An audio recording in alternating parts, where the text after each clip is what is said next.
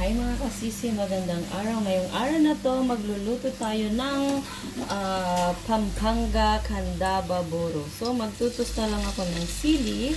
Uunahin ko yung sili. Isunod naman natin ang luya.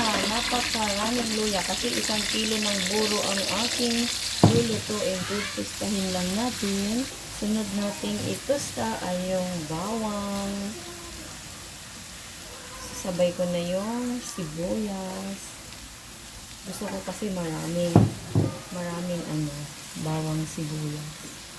Sila lang ang paghalo hanggang matusta ang sili, sibuyas, bawang at saka ginger. Tsaka naman natin isusunod yung kamatis. So ilalagay ko na yung kamatis mga kasisi. Tutustahin na natin yan. Mikas-mikas lang.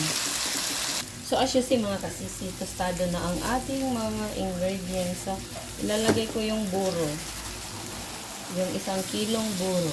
Yung maasim-asim na kanin na may isda na.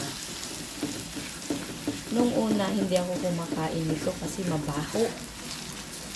Sobrang baho niya pag niluluto. Ngayon pa lang pero pag naluto na siya at kainin mo, ang sarap. Nako, hindi ka makapaghindi. May kanin na po kasi ito. Kailangan natin durugin yung isda. So, mikos-mikos lang natin yan hanggang maluto. So, ayan na mga kasisi. Almost cook na ang ating buro. Dinudurog ko lang kasi yung isda. Dinudurog ko siya. Sarap. Kanin na lang kulang.